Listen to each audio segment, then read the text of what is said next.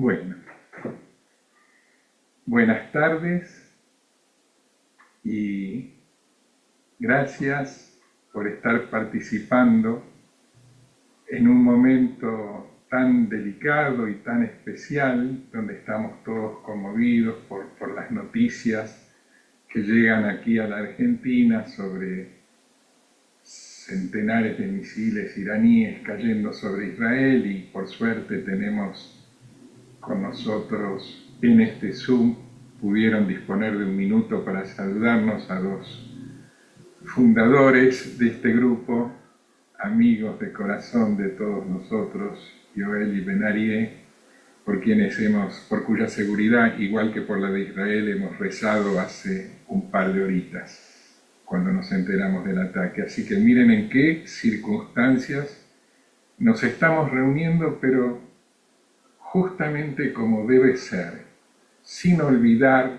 en qué momento vivimos, pero a pesar de todo, como podemos, seguimos adelante.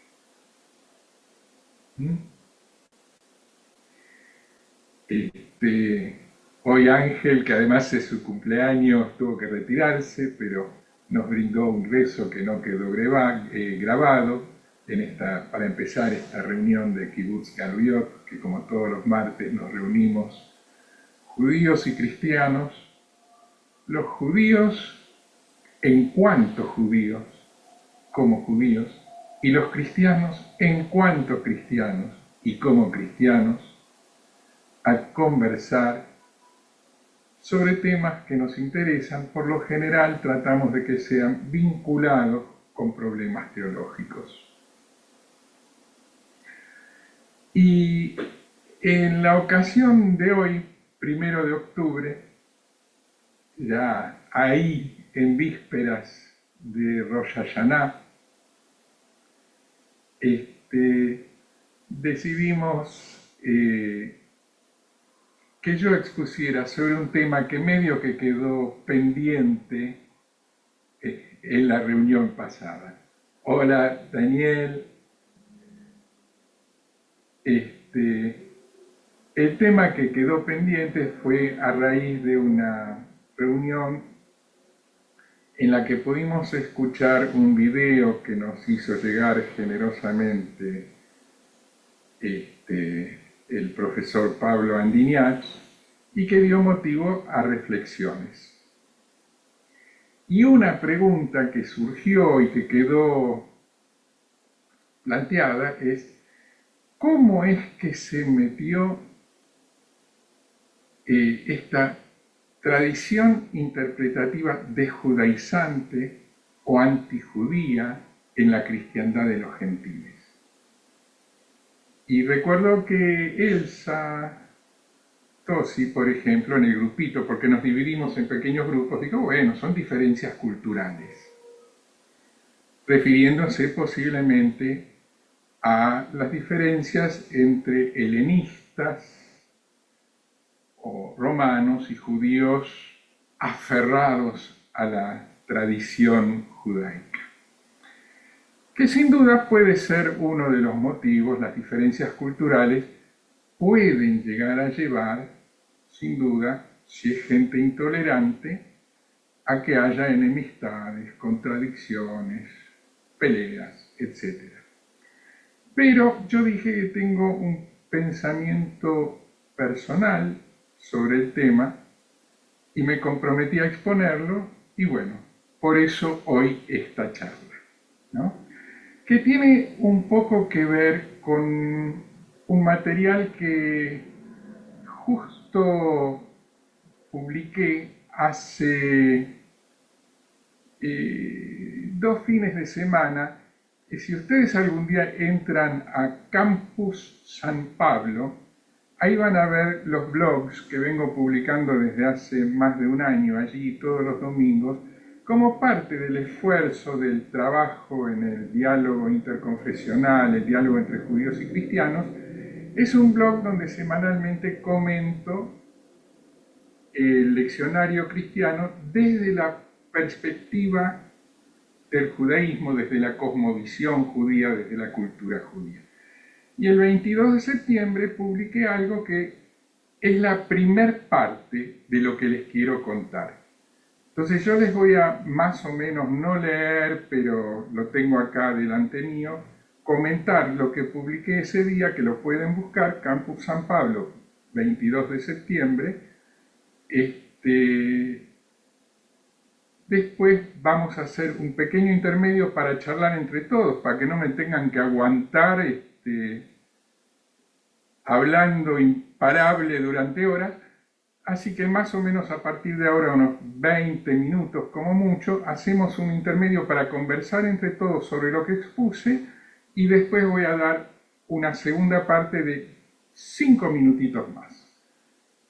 El comentario es sobre, quiero referirme a dos de los primeros escritos que la cristiandad tuvo como escritos propios y que ayudaron a introducir la tendencia antijudía en la tradición interpretativa cristiana antes de que en el año 180 San Irineo de Lyon diera forma al canon del Nuevo Testamento como lo conocemos hoy.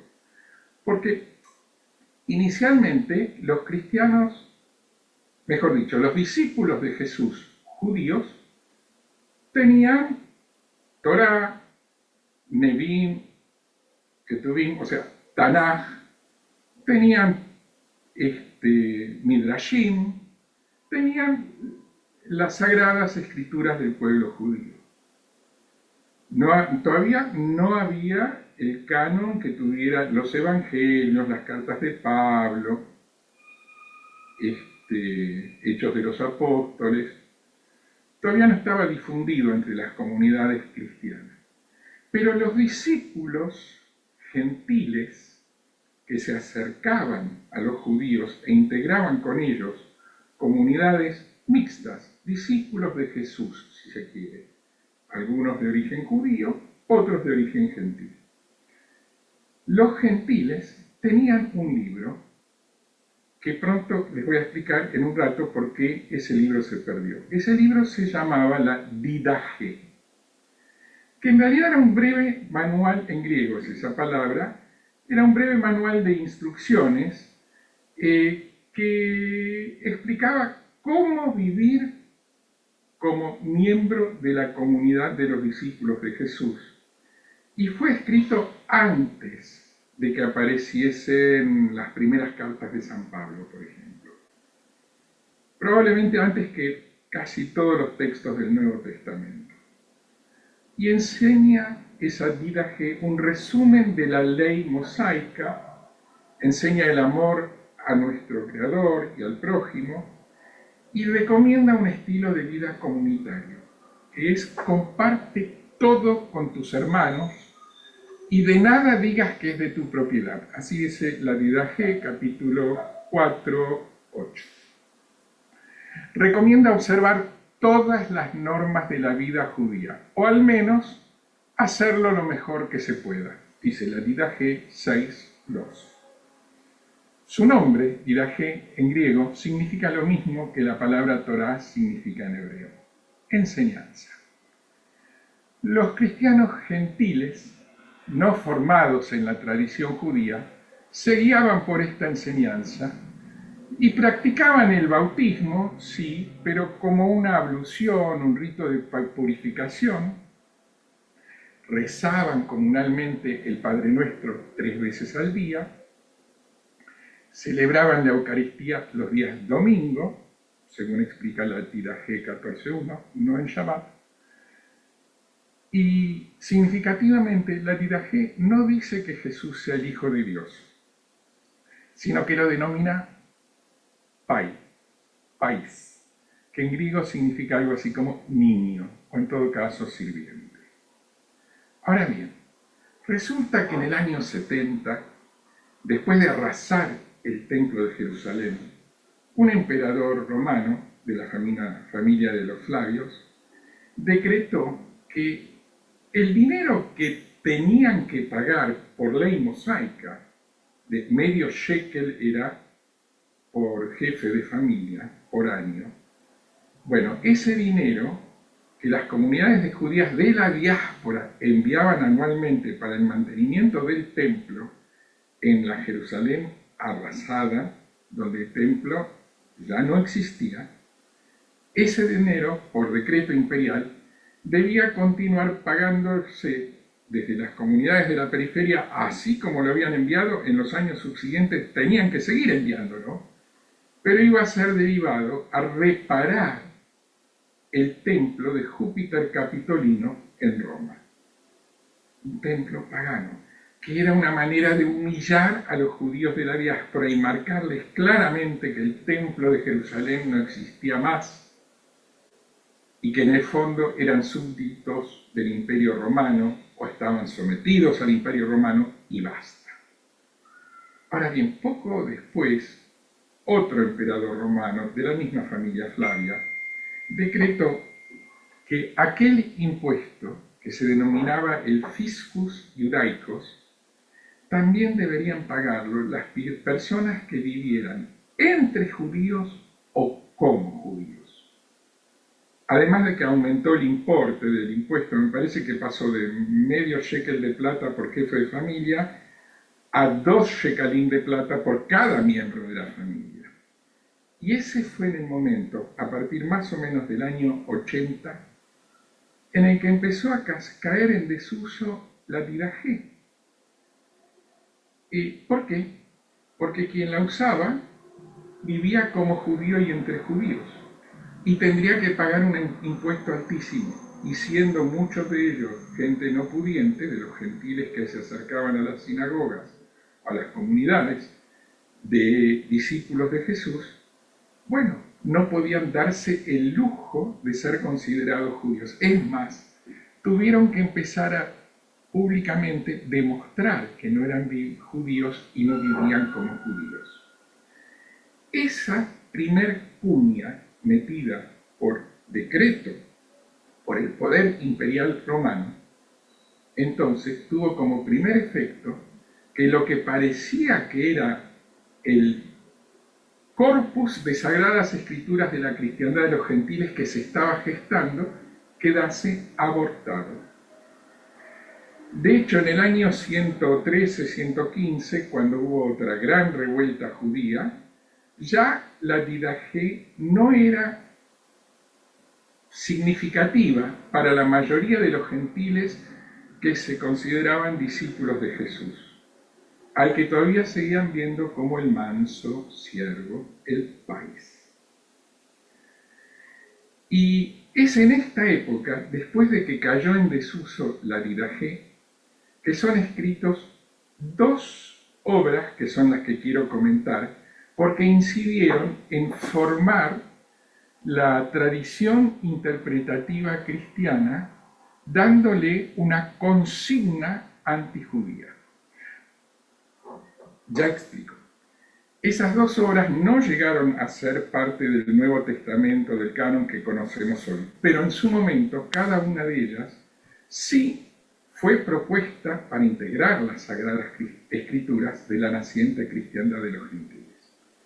El primero de estos libros, que intentó ocupar el lugar dejado vacante por la didajé, fue la Carta de Bernabé, que fue escrita probablemente después de la rebelión del 113-115, pero antes de la última gran revuelta, la de revuelta judía contra el Imperio Romano, la de Bar Kokhba del año 135. Una interrupción para que se ubiquen históricamente. Bar Kokhba, que quiere decir hijo de la estrella, fue reconocido como Mesías por gran parte de los judíos del mundo en ese momento, por lo menos de los que estaban bajo dominio, y de hecho logró expulsar a las legiones romanas acantonadas en Tierra Santa, resistiendo durante un par de años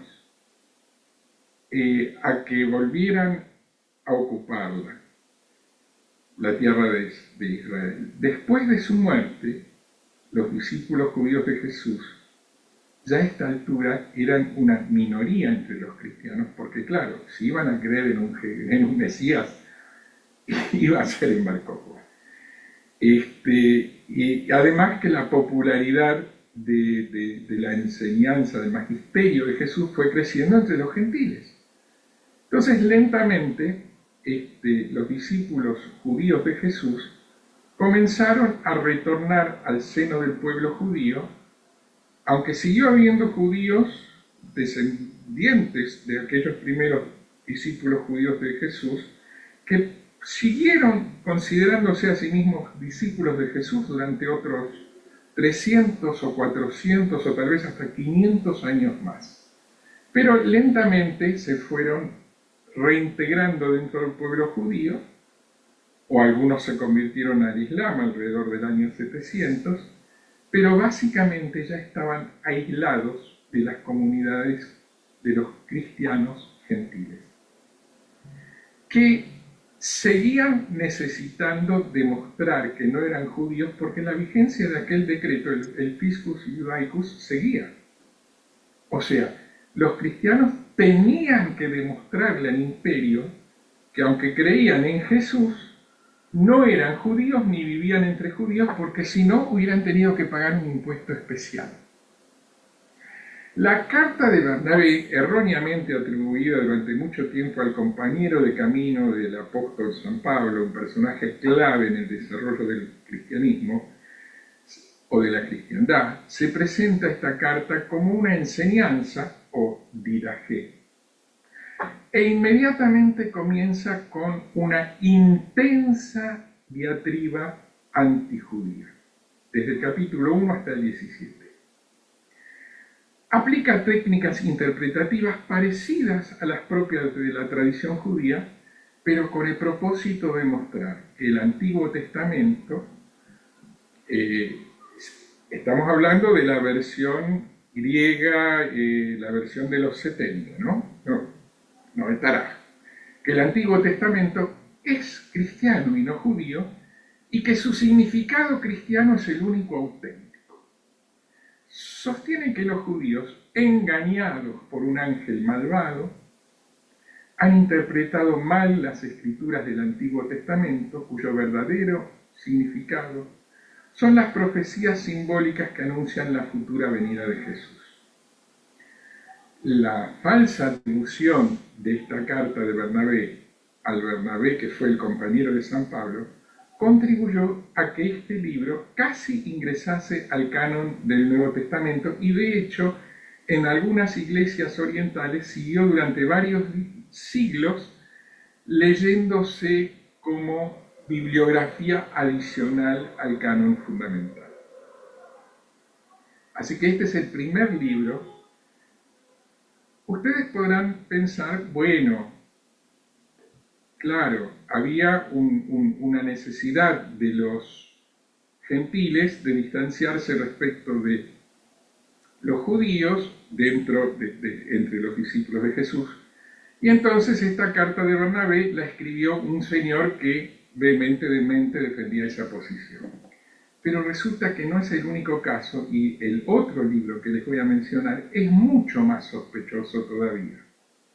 Porque recuerden ustedes que el dinero fue usado, el del impuesto, para pagar las reparaciones del templo de Júpiter Capitolino, que terminaron alrededor del año 110.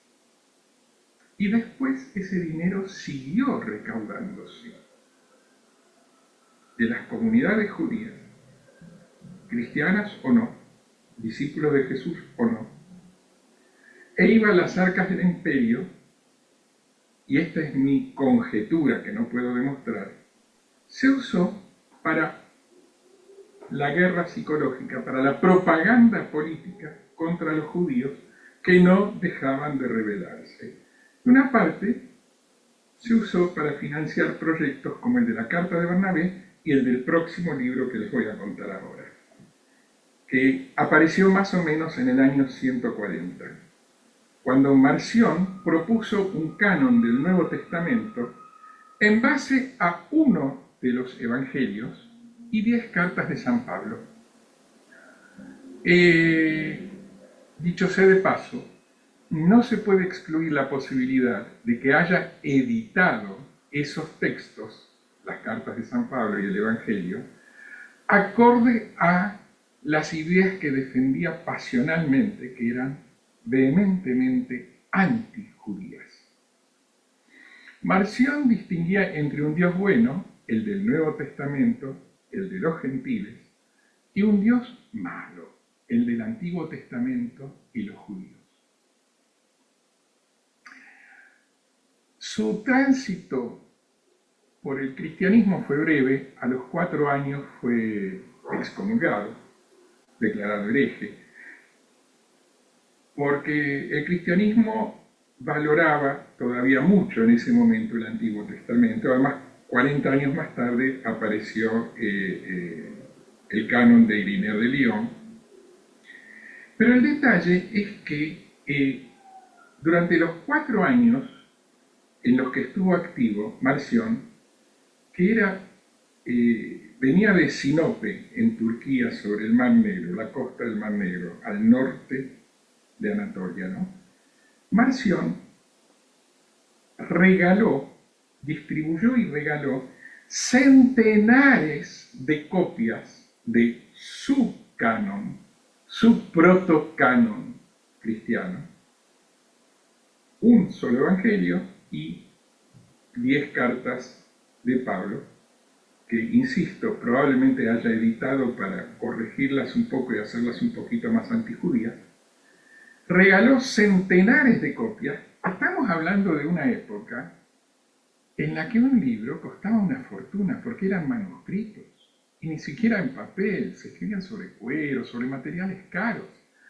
Regalar centenares de copias a todas las comunidades de discípulos de Jesús, gentiles, de todo el Mediterráneo, requería una fortuna por el valor de lo que se obsequiaba, pero además una logística para que llegara a cada una de esas comunidades, que es llamativo que alguien haya jugado una fortuna tan grande y con tan certeros resultados dirigidos a cada una de las comunidades a las que llegó, centenares,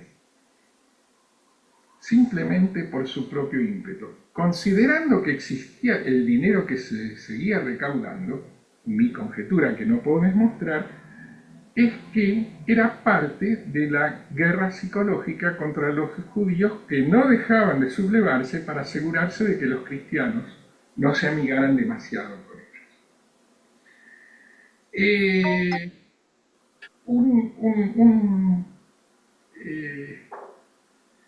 Bueno, acá me gustaría hacer una pequeña pausa para que entre todos charlemos. Yo más bien me voy a silenciar para escuchar qué opinan de esta primera parte de la exposición, y luego quiero brindarles información sobre otro caso paralelo a estos que acabo de describir, de otra situación que también, a mi entender, permite conjeturar que hubo toda una campaña política del Imperio Romano para direccionar con una consigna antijudía a los cristianos gentiles, para separar a esa iglesia, en esa iglesia que se estaba formando, a los gentiles de los judíos, y asegurarse de que los gentiles no tomasen bando por los judíos, que seguían rebelándose pese a todo, como lo volvieron a hacer con la rebelión de Bar Kokhba. Entonces, bueno, hasta acá la primera parte de mi exposición, y dentro de un rato, si les parece, agrego 5 minutos más ilustrando con otro caso adicional, aparte de estos 2 libros que mencioné.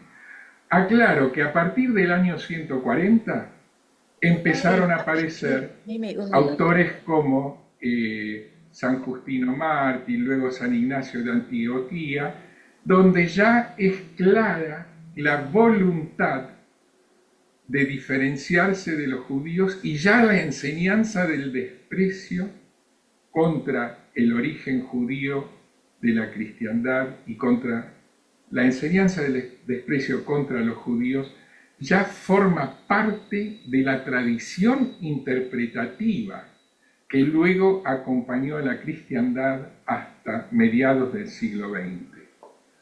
Tradición interpretativa, es decir, no se incluyó en el canon de las Sagradas Escrituras, pero acompañó la manera en que son leídas.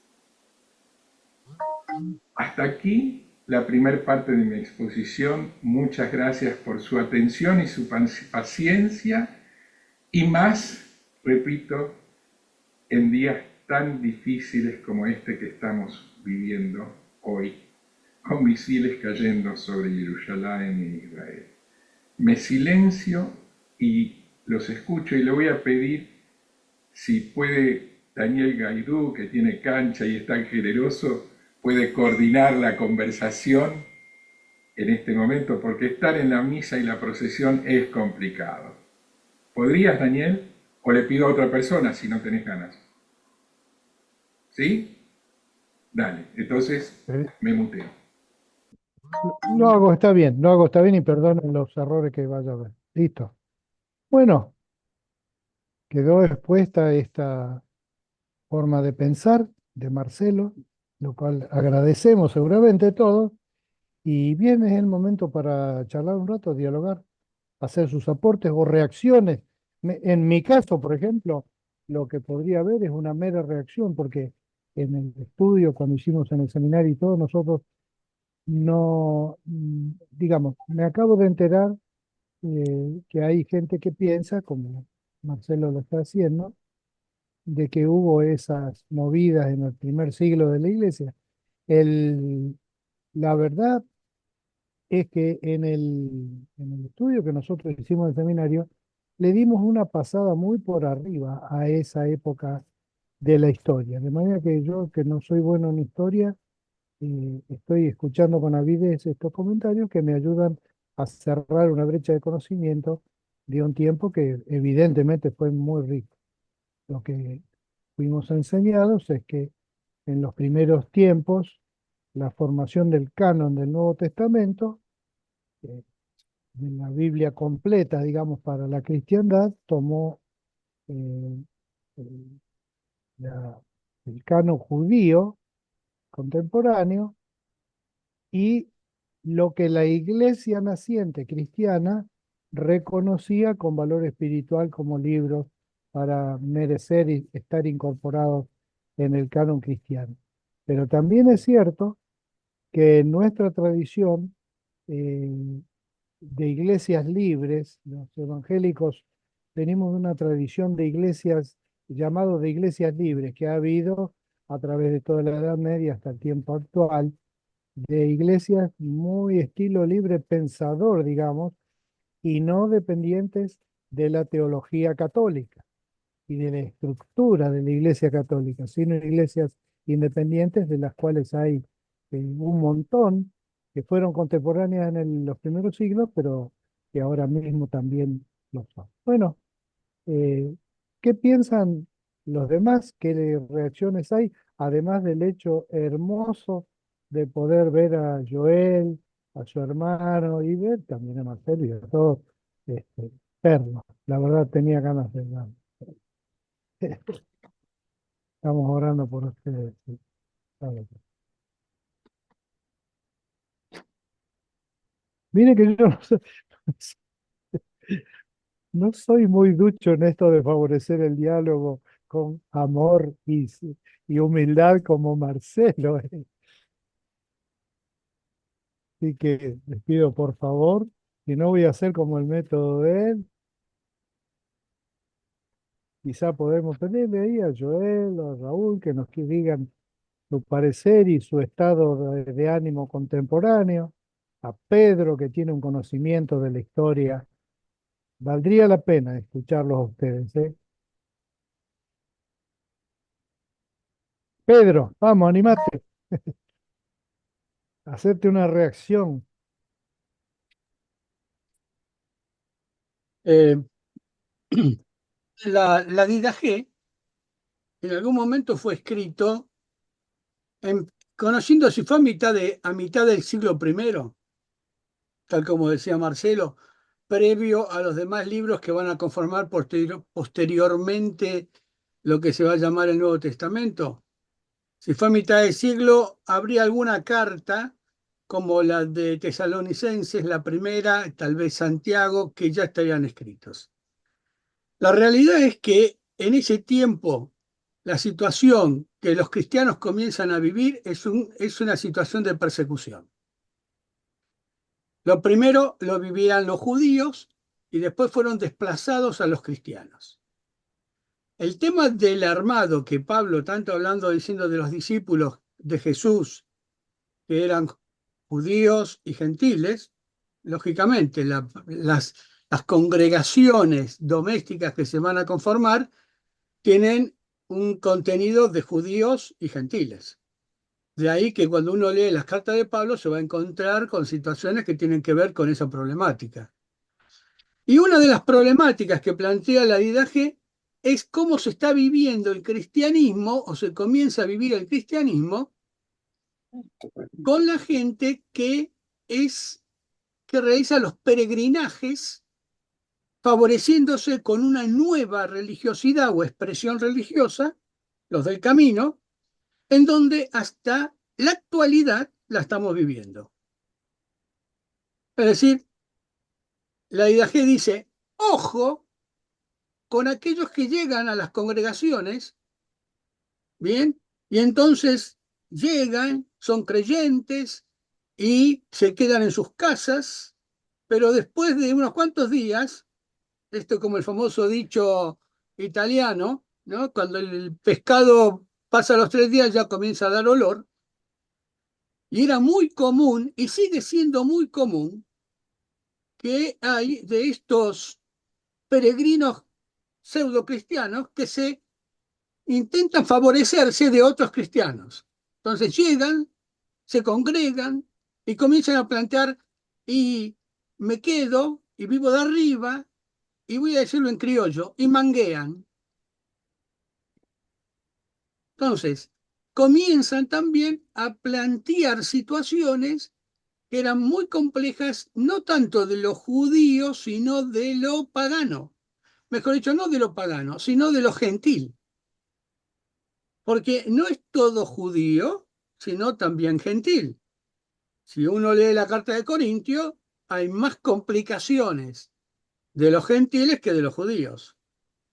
Bien, por lo tanto, creo que es cierto que posiblemente, no me extraña de Marción, porque Marción no solamente uno puede decir, plantea a los judíos, sino que como cristiano deja mucho que desear. Es decir, es alguien que como hermano le diría, mirá, más que hermano, sos primo. Es decir, esto lo que pasa es que hay que leer también. Hay un libro muy interesante de Justo González que tiene que ver con todo el pensamiento cristiano desde los comienzos hasta el día de hoy. Es decir, todo lo que se va trabajando. Yo, tal como decía Daniel, el planteo no es que no abordamos esto, sino que se abordaba desde lo que el cristianismo está comenzando a vivir como un cristianismo joven, que tiene sus inconvenientes. Y Pablo es uno de los que está planteando una serie de situaciones, y a veces Pablo plantea cosas que no son tan sencillas. Recuerden que Pedro lo dice en la segunda carta de Pedro, cuando dice, bueno, ay, recomiendo que presten atención a los escritos de Pablo, aunque algunas cosas que escribe son difíciles de entender, ¿no? Es decir, está en el mismo texto. Ahora, puede surgir que haya un pensamiento de ciertos sectores cristianos, entre comillas, que lógicamente están planteando lo que se llamó o se mal llama el tema de los judaizantes, ¿no? Es decir, esta discusión que ya las tenemos, pero otros que entendieron que se podía convivir con esto. Y es cierto que convivieron. Por lo tanto, como dijo Daniel, hay grupos cristianos porque no hay un cristianismo, no hay un cristianismo en el primer siglo. No hay uno, es decir, no es un solo cristianismo, hay grupos de cristianos. Y hay algunos que son mucho más intensos, otros menos intensos, otros más particulares en su forma de pensar, y al menos de lo que nosotros decimos, formamos parte del grupo de cristianos que comenzaban a encontrarse con algunos textos que comenzaban a escribirse y que van a formar posteriormente lo que va a ser el canon, con muchas discusiones. Si van todas las cartas de Pablo, si no van, si van todos los evangelios o no van, si van las cartas de Pedro, ¿no? Porque la segunda de Pedro también es una discusión también. Por lo tanto, y también estas cartas que aparecen, tanto como la de Bernabé, la de Clemente, ¿no? Es decir, la de, bueno, muchas más que puedo mencionar, pero entender esto, sí hay una relación que a veces van a decir, dejamos esto para seguir esto, ¿bien? Esto es lo que yo puedo decir. Después que haya una intencionalidad clara de ser antijudío, posiblemente hubo cristianos que sí se dedicaron a eso, pero otros no. Es decir, hoy nosotros no somos antijudíos y nosotros leemos el Evangelio y nunca, nunca, y pues Daniel da fe de esto, Silvia creo que también y los que nos conocemos, nunca nadie nos planteó una lectura antijudía. Antijudía, no lo planteamos así. Lo planteamos en el contexto y en el conjunto de lo que es la Biblia hebrea, Antiguo Testamento y el Nuevo Testamento. Eso es lo que yo puedo decir en ese sentido. Ahora, miren, un ejemplo. Yo fui pastor en la zona de Santa Rosa, La Pampa, a 4 cuadras de la terminal. Entonces venían a tocar el timbre. Vivíamos en la parte alta del templo. Hermanos de todo el país. Entonces saludaban, hola pastor, ¿cómo le va? Bien, bien, bien. ¿Y quién sos? Y soy de Neuquén. Ah, de Neuquén, qué bueno, qué bueno. Sí, mire, tengo un problema. Estamos aquí, justo perdimos las cosas, las necesidades, y necesito a ver si me puede dar una mano, ¿no? Para volver a Neuquén. ¿Y qué necesita? 4 pasajes. Digo, hermano, no tenemos para 4 pasajes. Sí, sí, bueno, pero conozco fulano, fulano, fulano, ¿no? Y se enojaba si no le dábamos. Otros llegaban y me decían, mire, y venían con una nena, con un nene y una nena. Necesito que me dé para comprar remedio, porque estoy en una situación extrema. Y yo le decía, bueno, ¿qué necesitas? Tal cosa. Bueno, le dejo a la nena. Le digo, no, no me tenés que dejar nada en garantía. Pero estaba dispuesto a dejar la hija y llevarse la plata que nunca más iba a volver a buscarla.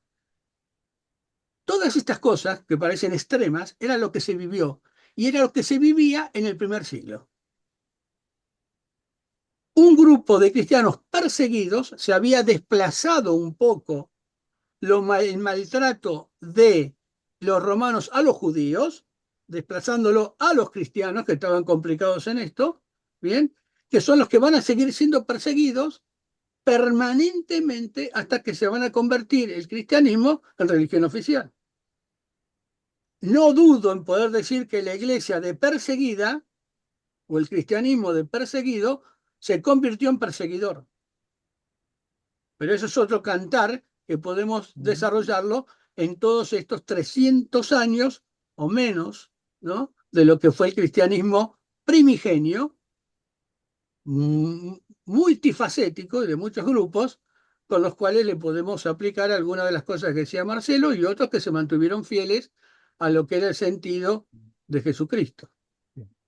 ¿eh? Bien, esta mañana justamente vi un videito, ahí voy Marcelo, el- en Tailandia tienen un problema muy serio con el sacerdocio budista.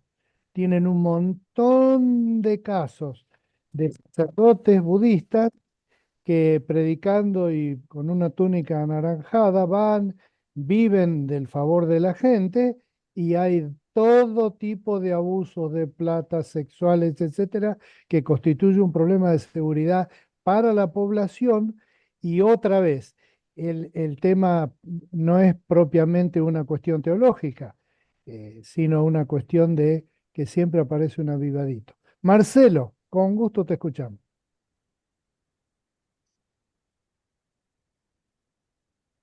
Y Ahí gracias, está. gracias. Este, no dudo que haya habido problemas del tipo de los que generan las personas que en una época de revueltas, de guerras, peregrinan y buscan ayuda de hermanos en comunidades distantes. No dudo que haya habido problemas de malentendidos por diferencias culturales. De ningún modo pretendo decir que la conjetura que he presentado sea el único factor que gestó el distanciamiento entre los primeros cristianos gentiles y los primeros cristianos judíos o discípulos de Jesús judíos. No pretendo decir que sea el único, pero resulta que a partir más o menos del año 140, con Justino Mártir, San Justino Mártir, ya se ve con claridad la necesidad de diferenciarse de los judíos. Por ejemplo, San Justino Mártir en el diálogo de Trifón dice algunas cosas bastante fuertes. Se presenta a sí mismo diciendo, yo soy como un samaritano. ¿Qué quiere decir samaritano? Que me guío por los 5 libros de Moisés o algo parecido, pero no soy judío, ¿eh? Y, y ya en el año 160 empieza a haber otros autores, no recuerdo el año exacto, pero San Ignacio de Antioquía, por ejemplo, creo que es el 170, y es uno de los padres de la teología, ya su interpretación de las Sagradas Escrituras es claramente desjudaizante de la cristiandad y antijudía, por lo menos para mi sensibilidad. Entonces, yo no estoy hablando sobre los cristianos de hoy. Mi punto es que presento una conjetura acerca de cómo se metió la ideología desjudaizante, la enseñanza del desprecio de lo judío, en el nacimiento de la tradición interpretativa cristiana que conservó esto como un valor hasta mediados del siglo XX. Porque fue muy anterior al Concilio de Nicea, muy anterior a Jan Hus o a Lutero, llega prácticamente, con excepciones, por supuesto también, que las hubo y muy honrosas e importantes, pero es la tradición interpretativa cristiana convencional, tanto entre la mayoría de los reformados como entre los ortodoxos y orientales, como entre los católicos romanos, porque se origina a partir de una medida política que hace desaparecer una escritura que todavía apela a vivir como judíos. Esto alrededor del año 70, en el año, 70 y algo, comienza el ataque contra que los cristianos gentiles usen esa escritura como su Torá, su enseñanza, su didaje.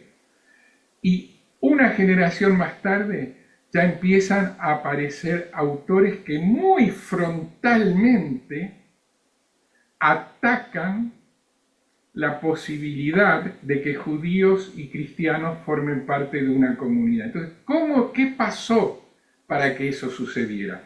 Ese era el punto que había quedado un poco pendiente de explicar yo mi opinión en la conversación básicamente con Elsa Tosi, que da motivo a esta charla de hoy. Entonces, no sé si agregar ahora otro ejemplo ilustrativo digamos, que a mi entender fortalece esta conjetura, o escuchar algunas otras aportes, opiniones, comentarios, cuestionamientos, preguntas. ¿Qué les parece? Yo había Aport mencionado a Joel y Raúl si querían decir algo, no Sí, sé si sí, ellos por tenían favor, me interés interesa. y podrían interceder ahora y luego tomar la palabra vos, Marcelo, y presentar esta segunda cosa que querías comentar. Dale. Y es que quieren, ¿no es cierto, Joel, allá? ¿Joel o Raúl? A ver, ahí está. Bueno, este, sí, vos lo acabas de mencionar, yo quería recordarlo también, de que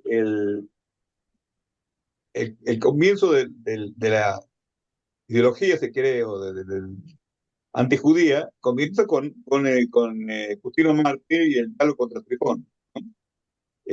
Sin embargo, este, también en la época eh, eh, hay otro libro que es el Contra Apión, de Josefo de Matatía, que nació en Jerusalén en el año 37, 38 de la era cristiana, y que tiene también una defensa del judaísmo contra un antijudaísmo este, romano, helenístico, ¿no? Y ese creo que es el primer libro, o la primera expresión de esa disputa, digamos, ¿sí? El contrapión, Josefo Ben Matatías, ¿no? Del año 37, 38, mucho antes de Pablo, inclusive. ¿Eh? Pablo comienza el ministerio en el año 56, si no me equivoco, más o menos. Y esto ya es un libro que está manifestándose. Así que el antijudaísmo es muy anterior al cristianismo. Ya estaba en Alejandría, bueno, esto también es de la misma época. Y eso es interesante, porque el antijudaísmo pasa al cristianismo, no es creación cristiana. Es adoptada por el cristianismo, por supuesto. Pero eso también habría que recalcarlo, porque que es importante tener en cuenta eso, y no que comienza con el cristianismo, sino comienza mucho antes. Mucho antes no, bastante antes. Un ejemplo es el contrapión. Ahí nomás quería recordar esto, y bueno, nada más por ahora. Y ahí están se viene la discordia, como decimos Pablo, de Marcelo. Ahí comienza, por la zona esa, por la época esa. Muchas gracias. ¿Están bien?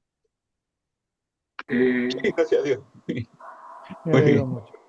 ¿Hay alguien más que quería hacer alguna reacción o algo antes de darle lugar a Marcelo? Quizá alguien que levantó la mano o algo que yo no lo haya advertido. Si no, escuchamos a Marcelo con este otro ejemplo que nos quería plantear. Bien, vamos, Marcelo, dale nomás. Sí, totalmente de acuerdo con lo que recién aportó Joel, es así. Insisto, yo no digo que la única causa del antijudaísmo cristiano haya sido esta. Efectivamente, hubo un conflicto muy importante entre los súbditos helenistas de Roma en el norte de Egipto y la comunidad judía helenista en el norte de Egipto, que motivó, por ejemplo, que Alejandría. Filón de Alejandría fuera a hablar con el emperador romano para pedirle que intervenga para que los griegos se dejen de atacar a la comunidad judía. O sea, que había un sentimiento de enfrentamiento con los judíos en diferentes lugares del Imperio Romano antes del surgimiento del cristianismo, lo hubo. Mi punto es cómo se metió tan vehementemente, de manera tan contundente y en una ventana cronológica de una generación, un giro de 180 grados en la cristiandad. ¿Cómo puede ser que en el lapso de una generación pasaron de ser discípulos de judíos y amigos de judíos a la enseñanza del desprecio contra los judíos? Ese giro de 180 grados, a mí me parece que no sucedió solamente por las diferencias culturales entre helenistas no judíos y helenistas judíos, sino que esa parte estuvo. Sí, pero yo creo que, imagínense ustedes si hoy en este grupo, esta comunidad virtual que formamos, los cristianos que charlan con los judíos, integrando un conjunto con ellos, o que quieren vivir de acuerdo a la ética que surge de estas conversaciones, tuvieran que pagar un altísimo impuesto por hacerlo. Y si no quieren pagarlo, por el hecho de haber estado aquí, tienen que demostrar judicialmente que no están de acuerdo con nada de lo que se dijo acá. Imagínense que por decreto imperial pase eso. Sería muy comprensible humanamente que algunos dijeran, bueno, no me puedo dar ese lujo, recuerdo con cariño las reuniones, pero me voy a abstener. Y si por conservar algún escrito o alguna grabación de alguna reunión me pueden multar, bueno, lo borro. Una generación más tarde aparece alguien que escribe cosas virulentamente antijudías. Los hijos de quienes estuvieron en estas reuniones, ya esa memoria es historia antigua para ellos. Yo creo que esta etapa, la que va del año 70 al año 115, 45 años, no es una ventana de tiempo tan grande, es clave porque en ese periodo, mediante un edicto que cobraba un impuesto altísimo, se logró la supresión en las comunidades judías de gentiles de la bibliografía que más los vinculaba con la tradición judía, y después de eso, pum, pum, pum, empieza a los cañonazos, autores, incluso como el caso de Marción, que gastan fortunas en hacer propaganda antijudía dentro de la naciente cristiandad e influyendo cómo van a leer las Sagradas Escrituras. Ese es mi punto. No estoy diciendo nada sobre los cristianos de hoy en día, ni estoy diciendo nada sobre todos los cristianos gentiles de hace 2000 o 1900 años. Estoy lanzando una conjetura que creo que es interesante porque la cristiandad, más allá de que los judíos de manera bastante desagradable cada tanto cometamos la falta de gentileza de decirles, mirá lo que nos hicieron. Es horrible. Es obvio que les tiene que dar bronca y ganas de mirar en otra dirección. A mí me pasaría. Pero el tema es que la cristiandad lamentablemente pagó un precio altísimo por la enseñanza antijudía. No estoy hablando de lo que le hicieron algunos cristianos a los judíos, de lo que la cristiandad se hizo a sí misma al desjudaizarse. Entonces, yo creo que los cristianos de hoy sería interesante para un cristiano entender cómo es que su fe fue cooptada por una tradición interpretativa de judaizante. Más allá de que haya habido muchos líderes cristianos corajudos, que fueron amigos del pueblo judío, y de que hoy haya muchos cristianos que se sientan amigos del pueblo judío, no es ese el punto. Bueno, perdón, quise un poco contestar a lo que dijo Joel y a algo de lo que estuvimos charlando, pero les debo todavía el ejemplo adicional que quería mencionar. yo quería recordar de que Roma era más anticristiano que antijudío, ¿no? ¿no? Perseguía a los cristianos Al y no a principio los sí, judíos. bajo Nerón sí, claro. No, hasta el siglo III, IV eran los vestidos que había en el Coliseo y todo lo demás, que los leones se comían, eran cristianos, no eran judíos. Los judíos eran religión legal, una cosa así, no me acuerdo cuál es la definición de la lectura romana, ¿no?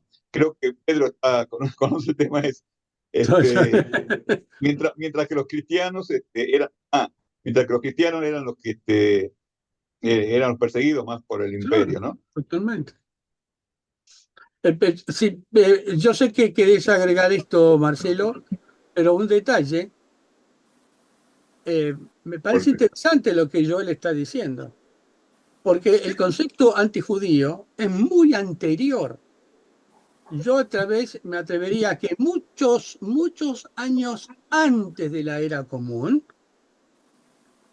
había una situación hacia los hebreos, porque en el periodo interbíblico aparece el término judío, ¿no es cierto? Es decir, hacia ellos. Ahora, también, yo que les mostraba recién, los cristianos, o este grupo cristiano, tal como decía Joel, voy a decir esto, es una de cal y una de arena. Hay un libro muy interesante, Polémica entre cristianos y paganos, los que están defendiendo lo que es la Biblia hebrea, el Antiguo Testamento, son algunos de los padres de la iglesia. Porque la crítica digamos, la controversia era con escritores que atacaban las escrituras judías. Y entonces tenían que expresar, ¿no? Por ejemplo, el Dios de los cristianos, que es el Dios de los judíos, no tuvo ni principio ni fin como los dioses helénicos, ¿no? Griegos y romanos. Entonces, esta polémica a los cristianos en el primer tiempo se los acusa de seres extraños. ¿Extraños en qué? Infanticidio, banquete de sangre, reuniones clandestinas, prácticas ascéticas, en creencias ridículas, que también esto tendría que tocar y toca un poco a los judíos, cuando es la resurrección de los muertos. Todo esto está documentado. Lo que yo creo es que hay que leer los padres, tanto latinos, griegos de la iglesia, con los que algunos estamos de acuerdo en su interpretación, porque me parece muy bien lo que está diciendo Marcelo. Es una interpretación de lo que está pasando o de lo que pudo haber pasado. Bien, en este sentido. Por eso, pero los cristianos, yo también voy a decir que cuando comenzaron, cristianizaron todo cristianizaron, todas las fiestas paganas, todo lo que encontraron, todo le dieron el tinte cristiano y además fueron extremos. A donde fueron tan extremos que cortaban las cosas con los paganos y con todos aquellos que se les aparecían. Es decir, sinceramente, por eso. No, más para la izquierda. Más para la izquierda, para la izquierda. Bueno, Al lado un poco, pero acepto lo que estás diciendo. Quisiera esperar un segundito a que Joel... No. Bueno, les debo todavía el ejemplo adicional, porque acá estamos en un encuentro de diálogo, entonces a mí me enseñó mi maestro en el diálogo que el diálogo no es discusión, yo los escucho. Y nosotros también te escuchamos. Gracias, no, sí. No, porque si va a decir que diálogo no te escucho, yo también te escucho. Podés expresar una opinión totalmente en contra y es válido y también te la escucho, es válido. Perfecto, muy bien. Bueno, excelente. Bueno, pero quisiera agregar un ejemplo que a mi entender avala en alguna medida la conjetura que planteé. Voy a resumir la conjetura, que es: que más allá de que hubiera factores culturales previos, como en su momento mencionó Elsa, y hoy reforzó... ¿dónde está Pedro? Ah, perdón, Ok, ok. me fue, se me No, fue no, la... está bien. Más allá de que hubiera factores culturales previos, como en su momento ya había dicho Elsa y como hoy eh, enfatizó Joel, y también lo planteó en alguna medida Pedro y Daniel, que es verdad, hubo otros elementos que confluyeron. Yo armé una interpretación que, aclaro, la publiqué en un libro hace 18 años esta idea, ¿eh? Y es fruto de una investigación personal. Bueno, esta conjetura resulta que en su momento yo leí la historia de un grupo, una religión de Medio Oriente, que son los mandeos, mal llamados, por lo menos en inglés, cristianos de Mandeos. San Juan. Sí, escuché algo, sí. Son gnósticos. Sí, se dice correcto, Joel, que son un grupo gnóstico. Así es. Ahora, los mandeos tienen una serie de creencias que para los cristianos son realmente chocantes. Hasta me resulta difícil decirlas acá, espero no herir la sensibilidad de nadie, pero es importante pensar un poquito de dónde salieron esas ideas. Ellos se consideran discípulos de San Juan el Bautista. Y decían que Juan el Bautista vino para anunciar al Mesías. Y como discípulos de Juan el Bautista, igual que, ¿se acuerdan que en el Nuevo Testamento habla de que hubo un grupo ahí que nunca había oído hablar de Jesús, pero eran cristianos porque eran discípulos de Juan? El movimiento de Juan el Bautista fue un movimiento muy amplio, que tuvo discípulos en muchos lados. Algunos de ellos oyeron hablar de Jesús y otros no. Bueno, los mandeos son de los que oyeron hablar, pero oyeron hablar mal. Los mandeos dicen todavía hoy, que cuando Juan el Bautista estaba preparándose para anunciar la venida del Mesías, un ángel maligno lo envió a Jesús y que Jesús intervino de modo tan negativo que el Mesías no pudo venir. Así que va a haber que esperar hasta el fin de los tiempos para que el Mesías venga. Y que Jesús representaba básicamente a ese ángel maligno. Ahora bien, los mandeos se bautizan varias veces a la semana, hacen abluciones rituales también, o sea, para ellos el bautismo es muy importante.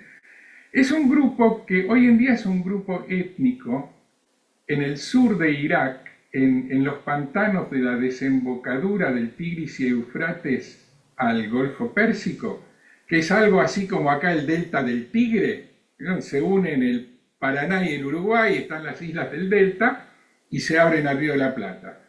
Bueno, el Tigris y el Eufrates se unen, hay unos pantanos y después eso se abre al Golfo Pérsico. En esos pantanos vivía un grupo de árabes que supieron resistir la embestida del Islam, porque claro, los guerreros del Islam venían a caballo, en camello, no sé, pero ellos se iban en bote.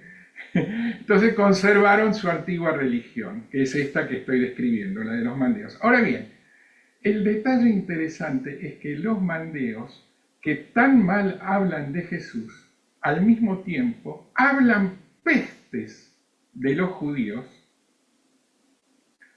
pese a adorar a San Juan el Bautista. Dice que por culpa de los judíos, el ángel maligno pudo ponerlo a Jesús como obstáculo para que no venga el Mesías. Y el detalle es que en su tradición, los mandeos dicen que su religión, sus sagradas escrituras, donde todo esto está narrado, fueron escritas alrededor del año 130 en la costa norte de Anatolia hacia el Mar Negro. El mismo lugar donde Sinope, de donde era oriundo, Marción. Entonces tenemos otra interpretación no cristiana, pero que quiere sembrar cizaña entre discípulos de Juan el Bautista, cristianos y judíos, que según esa religión nace en el mismo momento y en el mismo lugar. Y a mí me parece que eso puede ser casualidad, pero sumado a todo lo que antes dije, me sirve para envalentonarme un poco y seguir sosteniendo mi conjetura, que si la expongo es para decir, mira, hubo factores culturales, sí, Elsa, pero yo reconozco otros elementos en la historia del desarrollo de la tradición interpretativa cristiana y la historia de las religiones más ampliamente, que me hacen sospechar que el poder imperial romano, aunque se hiciese a veces amigo de unos y enemigos de otros, y después enrocase y se hiciese enemigo de los que habían sido sus amigos y amigo de los que eran sus enemigos, y qué sé yo, básicamente se ocupó de poner el dinero que le cobraba a los judíos al servicio de sembrar la discordia entre los que potencialmente podían ser sublevados enemigos del imperio. Esta es mi conjetura y creo que es interesante para quien quiera pensar cómo es que se metió el antijudaísmo en la Iglesia, tener en cuenta esta posibilidad, esta conjetura, nada más.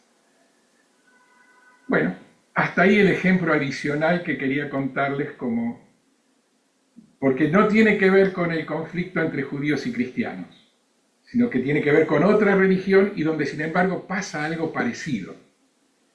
Y ya vieron, cuando algo pasa una vez puede ser casualidad, pero cuando pasa 2 o 3 veces hay que ponerse a pensar qué es lo que hace que sucedan las cosas así. ¿O no? Hasta aquí mi exposición. En un día, claro, Silvia, es así, divide y vencerás, en pocas palabras, que además era una frase latina. Bueno, era la política de los romanos. Bueno, yo necesito aterrizar un poco mentalmente en el día que estamos viviendo y pedir perdón si por ahí con fervor expuse una idea que a mí me calienta mucho desde hace años y volver a la realidad de que estamos en un mundo donde más allá de la buena voluntad de todos nosotros que estamos acá queriendo tender puentes, hay una amenaza real de una guerra terrible para Israel, pero para el mundo también.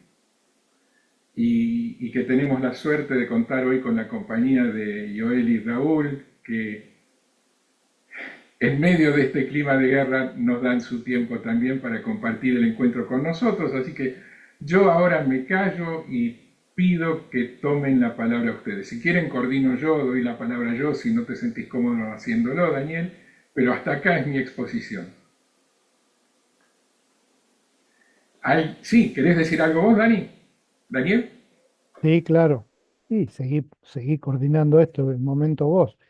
Y, un pensamiento sobre que estamos hablando de las dinámicas de pensamiento de las personas a lo largo del tiempo y a lo largo de los siglos, que es un fenómeno parecido al de la conformación de las nubes, que aparecen, desaparecen, se mezclan, se cruzan, cambian. Las nubes de altura por el viento cambiaron en dirección que iban a una dirección nueva y todo, de manera que lo que nosotros podemos observar, y en ese sentido, te agradezco, Marcelo, que vos presentes esto, que sinceramente, porque se ve que estás sinceramente convencido de que eso ha funcionado así, y me parece bárbaro que lo pienses y que lo pongas en contraste con el pensamiento de otros, lo mismo que el pensamiento de otras personas acá, y así que el judaísmo nunca ha sido el mismo siempre.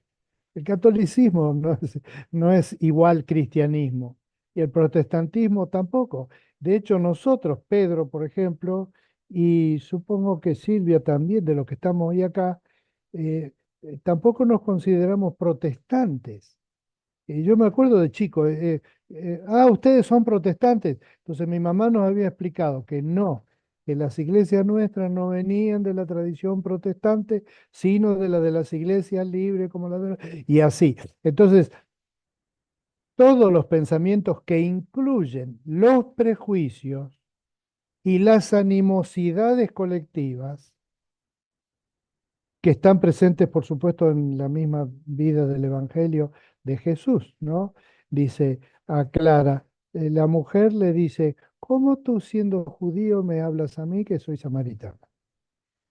Y entonces ahí hay un problema de una animosidad antisa- antisamaritana si la ve de un lado, antijudía si la ve del otro, y así, y ese tipo de enemistades las tenemos hasta ahora. ¿Acaso en Argentina no tenemos una franca enemistad con los países limítrofes? No quiero decir ahora, que tenemos gentilicios que los usamos de insulto.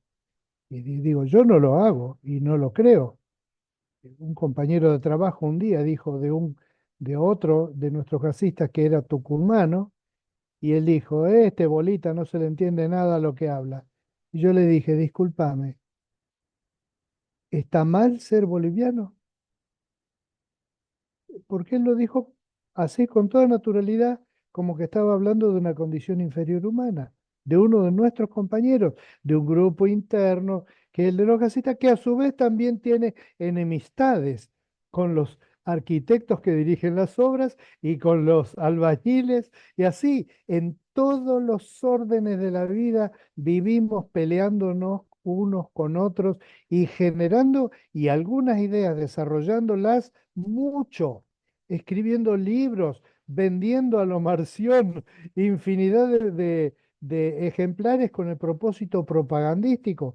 Eso ha sido hasta el día de hoy. Nosotros hemos participado en la difusión actualmente de la Biblia entera que usamos los cristianos, a través de sociedades como sociedades bíblicas, donde se ponen ingentes cantidades de dinero para tratar de traducir la Biblia a todos los idiomas y hacer que llegue a todo el mundo, que es una práctica para nosotros evidentemente loable y muy interesante, pero que también expresa de que las cosas se han ido, van evolucionando, aún las cosas, digamos, en síntesis, dejo, no podemos simplemente reducir a un momento y a un punto de una ventana, como decía Marcelo, de quizá 40 años, donde en esos 40 años también ha habido otras iglesias cristianas, por decir de esta forma, denominaciones o como uno le quiera llamar, que simplemente tuvieron muy poca duración, se desarrollaron y desaparecieron. La iglesia copta, por ejemplo. Hay todavía escritos de ellos, pero nadie diría, esa es la iglesia verdadera porque es la más antigua que hay. No, ¿quién te dice que los coptas de ahora son coptos que son exactamente iguales de los que había en el siglo segundo, tercero? El impacto del imperio de Constantino, convirtiéndose de un día para el otro al cristianismo, una persona que él mismo se bautizó ya casi cuando se estaba por morir y que obligó a bautizar a todo el ejército de un día para el otro y que le hizo desde el punto de vista del lado protestante evangélico, digamos, un daño a la fe cristiana muy grande asociarlo no con la íntima fe y práctica del creyente, sino a la institucionalización y a la regionalización. Bueno, muestra que tenemos, digamos, ideas que a veces son por las cuales gente ha dado y va a dar su vida hasta el día de hoy y va a seguir siendo siempre así, de manera que deberíamos verlos como fenómenos flotantes y variables a través del tiempo.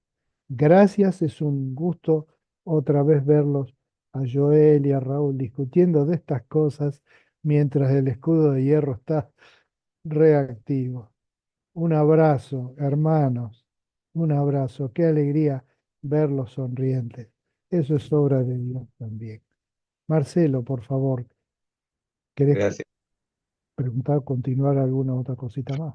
Sí, sí, gracias, Daniel. Había pedido la palabra Susana, ¿verdad? Sí,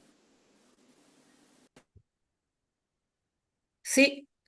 Si me permiten, quiero decir algunas palabras. ¿Puede ser? Sí, Susana, adelante. Bueno, em, yo me integré hace poco a este grupo como oyente y me interesa mucho saber, aprender, aunque no todo me puedo quedar en mi cabeza. Así que, llegando nuestro año nuevo, les quiero agradecer. Les quiero, para toda la humanidad, desear un buen año, especialmente a Joel y Ariel, que viven en Israel. No sé si están en un búnker, en una habitación protegida o no, pero sé que todos sufrimos de la misma manera. Nací en Palestina, pasé la guerra del 48, pasé guerras internas varias. Claro, la independencia, donde a minutos de declararlo ya nos habían atacado de todos los países alrededor y éramos muy poca población para poder defendernos como debe ser. Gracias a Dios, gracias a la inteligencia israelí, hoy estamos en condiciones de poder responder como corresponde a quien nos ataca. Me duele enormemente el pago de vidas de los gazatíes, de todas las personas que tienen que pasar de un país a otro, de un lugar a otro continuamente. No tiene casa, no tiene paz. Igual que nuestra población en el norte del país, porque al Líbano se le ocurrió adherirse al Hezbollah. Así que por ahí algún día preparo algo más sobre Israel, si les interesa, y se los presento. Pero hoy por hoy, un buen año, Shana Tova, como decimos, que termine por favor pronto todas esas guerras. Hay tanto lugar en el mundo. ¿Por qué se tiene que odiar el uno al otro? Que venga del siglo primero, tercero, décimo, es lo mismo, no se puede erradicarlo. ¿Por qué será que siempre tiene que perseguir a alguien para poder, qué sé yo, mostrar lo que saben? Rusia con Croacia, nosotros, la Ucrania. pobreza en África. Ahí matan los musulmanes a cualquier cantidad de personas, nada más que no nos enteramos. Y de forma así, como se sabe que suelen hacer. Y no se habla de eso y nadie se interesa y esa pobre gente está ahí que no puede huir, como los gazatíes y como sí, los libaneses, todos se esconden en casas de gente que nada tiene que ver con eso, se instalan ahí, tiran desde ahí y no les importa si matan toda la gente pacífica que no quiere todo eso. Así que ruego que sea un mejor año para todos. Muy bien, Gracias. Susana. Am Israel Amén. Jai, Jai Bekayam. עם ישראל חי וקיים ותמיד יחיה. El pueblo de Israel vive. Am Israel Ah, Chai. Amén. Amén. amén. Buen año para todos. Siempre tenemos una ventajita, por eso duplicamos y les deseamos a todos, como se dice, un año dulce, con criterio, templanza, superación y adelante para todos. Un gusto compartir cuando se prioriza como en este grupo la condición humana. Amén. Gracias, gracias. Gracias. Shana Tova. Shana Tova. Shana Tova Umetuká. Adhiero las buenas intenciones y pondría entre paréntesis, cuando hablamos de un día, un año feliz, pacífico. Cuando Amén. hablamos de un día dulce, amistad social. Amén. Amén. Que podamos bien. caminar hacia esa meta. Muy Un bien. abrazo fraterno a toda la comunidad judía Gracias. con todo el cariño. Muchas Amén. gracias. Amén. Decime, ¿nos podemos encontrar el 13, el 14 de octubre con toda esa linda gente? ¿A mí me preguntás?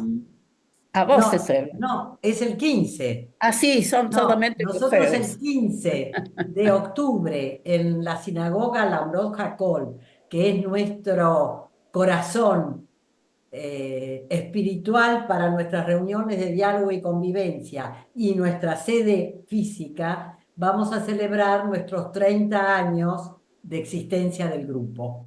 Entonces, Haces todo. el que quiera Muy acompañarnos bien. a partir de las 18 horas, bueno, allí vamos a estar para compartir Muy bien. esta celebración juntos. Muy Y si bien. no, Y miren, acompáñennos desde donde estén con una amén. oración para que nuestro Padre común siga iluminando nuestro camino. Amén, amén, Amén, amén, amén, amén. Amén. Amén, Y amén. vemos en este grupo que el antisemitismo ese no prosperó después de 2000 años. Acá estamos abrazándonos. Que tengan un Por hermoso supuesto. tiempo en este tiempo. Dios nos bendiga con eso. Gracias. Muchas Amén. gracias. Amén. Gracias. Amén. Bendiciones. Amén. Bueno, Bendición. amén. Amén.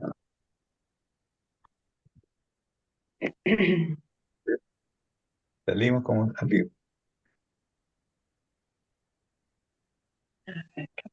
¿Está? ¿Nos vamos?